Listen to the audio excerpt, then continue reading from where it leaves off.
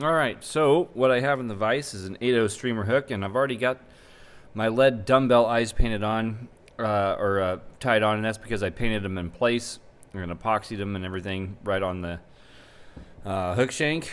So there you go. Actually, they're for an order, and I couldn't get yellow eyes in the size that I needed to tie an order for a guy. So anyway, the thread I'm using here is just 8/0 olive. What this is a little sculpin imitation that I tie for a guy up in Alaska. And oh, that kind of split out on me when I ripped it. Don't do that. There we go. And I mean, he just crushes fish with these things. He sent me pictures, and man, they beat these things up bad. So anyway, so I call it the Hen Flat, and the reason is because we're going to use some grizzly hen wing that I've dyed an olive-ish color, and I'm just going to line up the tips, concave side facing one another. And before I do that, I need to get the distance. So I want the distance of the tail. These are going to be the tail, to be the length of the shank. And I'll kind of pull that away. Make sure I get my distance right. That's pretty good. And then I'll separate them. And that part's always a little tricky.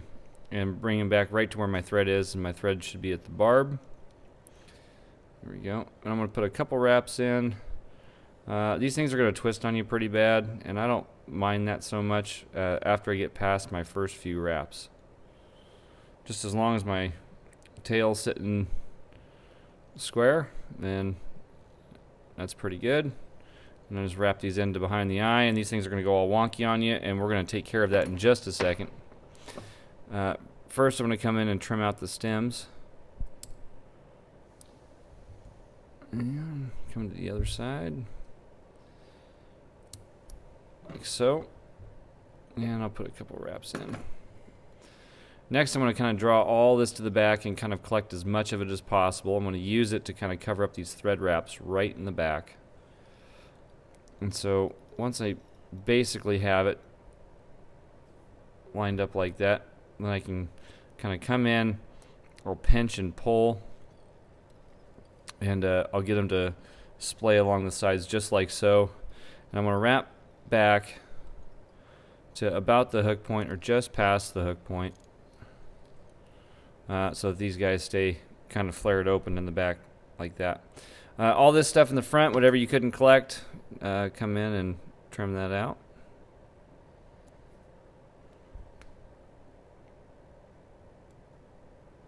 And it doesn't have to be perfect, but you don't want it to interfere with what we're going to do in a little bit. So the second part of this is the turkey flat after our flash. Sorry, I'm jumping ahead of myself. Next is going to be some gold crystal flash.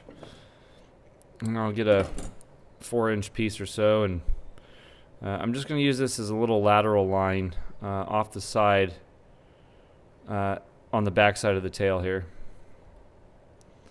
So I'll put a couple wraps in, bring it over, and just want to get it lined up so it's kind of running right out the middle, or right through the middle. And with the crystal flash being a little longer, if they're kind of popping open like that, don't worry about that. That's just going to add a little action in the water, so don't worry about that.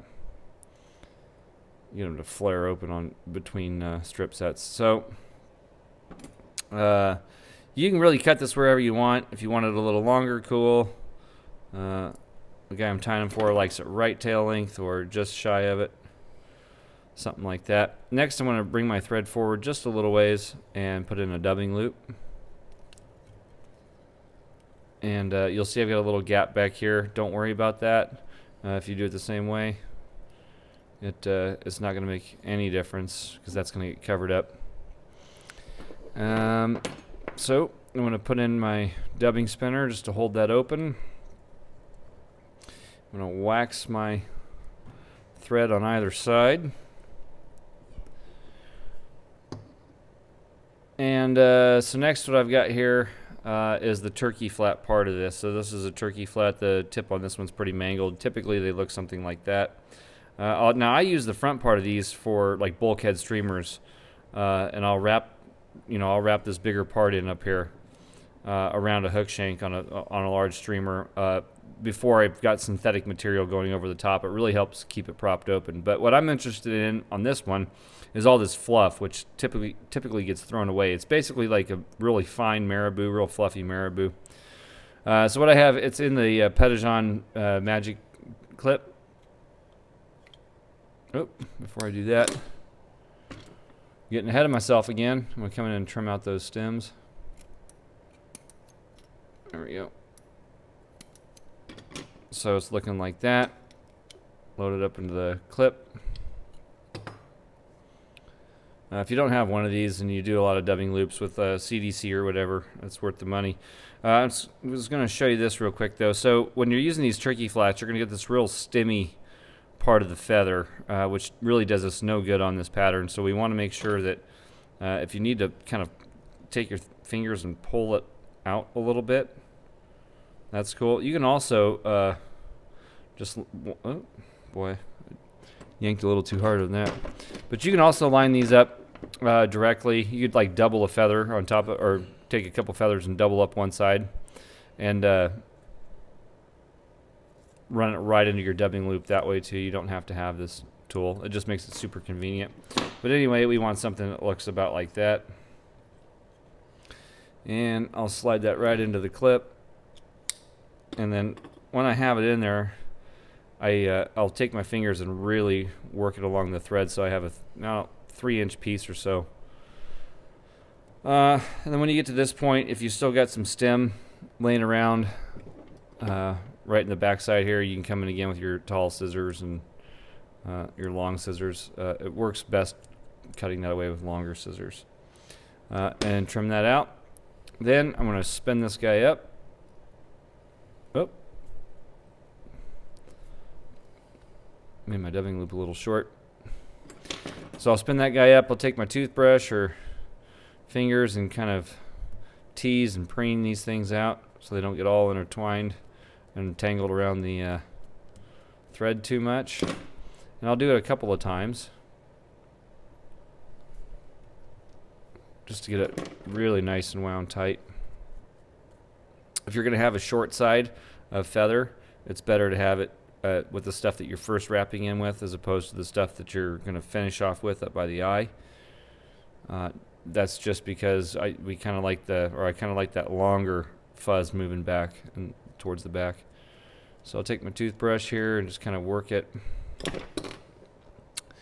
And then next I'm going to take my thread. Sorry, I know I'm kind of zoomed in a little close. I can't get that very well. I'll take the back side of my thread there and put it in my hackle pliers, and then I can trim the trim out my dubbing spinner. And so when I start to wrap, I'm just going to kind of pull everything to the back.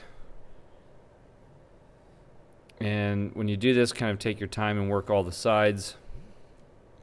This stuff gets trapped super easy, and you'll kind of wind up with this like ball of like compressed fuzz, which doesn't it doesn't look very good. So really kind of take your time and when you're doing this part and just kind of work all that out so it's not trapped. And again, when you're moving it over, draw everything to the back, and we're just going to work it up to behind the eyes doing this like so.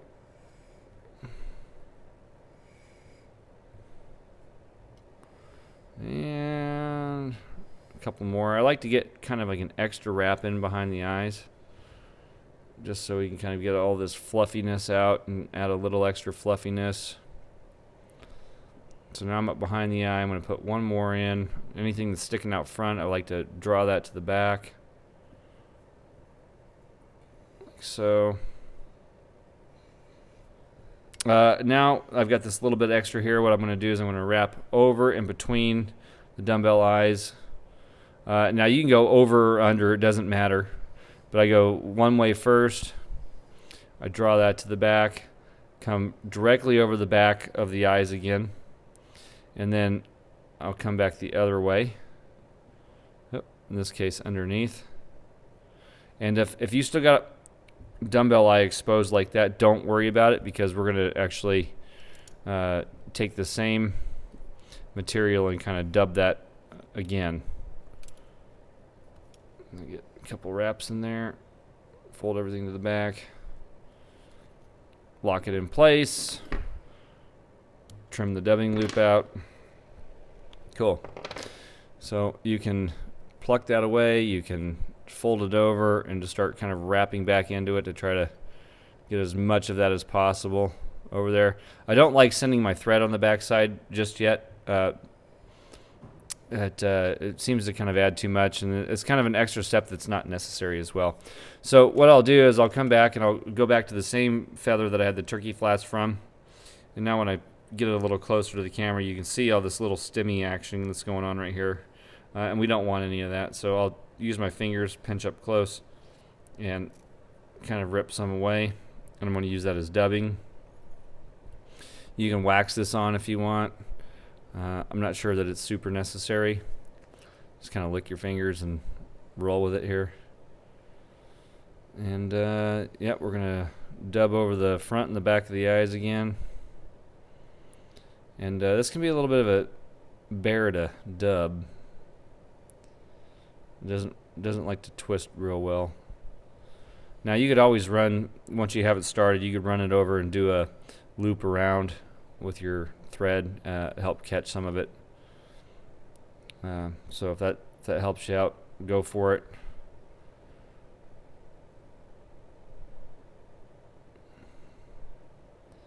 So I'm just trying to get it all somewhat up there, and just not want to work with me on this one. There we go. That's a little better. Okay.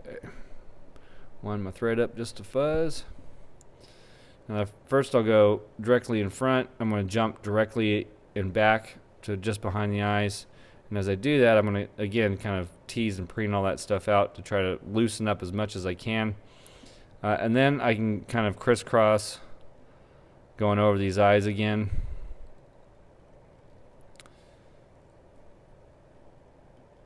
Like so. Just so we have a fuzzy head all the way around and everything's kind of covered up. Whoop, like that. Put a couple wraps in right here. Kind of get everything out the way the best I can. And I'm just going to kind of put a little nose in here. And kind of tie up all those loose ends. And really that's about it. To finish it, all I'm going to do is take my whip finisher, and I add about 10 whip finishes right here. 1, 2, 3, 4, 5, 6, 7, 8, 9, 10. I've gotten as many as 15. And it's just really to kind of help build symmetry. So when this all gets wet, it kind of comes down to a point. It's just kind of the way I like it to look, but it's not really necessary. And then, you know, if you want to, just to kind of help make sure that thread stays in place, you can add a, drop of super glue or your favorite head cement, or you could use a little UV resin. You have to be a little careful with the UV resin on this one though, because you want all this to kind of stay fuzzy, and that UV resin will really absorb quickly and get in there. But you could do it if you wanted to. So anyway, there you go. That's my Hen Flat Sculpin. If you enjoyed the video, give it a thumbs up. Subscribe to my YouTube channel. You can also check out the Facebook group that I run, Fly Tying for Beginners. We do all kinds of fun stuff over there. Have classes and all kinds of stuff. There's 4 questions to answer to get in. Answer those questions and you're in. That's the golden ticket. And I guess real quick, I was going to say too, if you got some longer stuff that you want to get rid of like this, use your fingernails to kind of pluck that away. Don't use your scissors. It gives it a very unnatural look. So you can kind of, if you're going to groom it with your fingers. So anyway, that's you know, it's at 15 minutes right now. Realistically, you can tie these in about 8 if you're not sitting there in front of a camera explaining it. So anyway, guys, I hope you enjoyed the video. Happy tying, and we'll catch you next time. Take care. Bye-bye.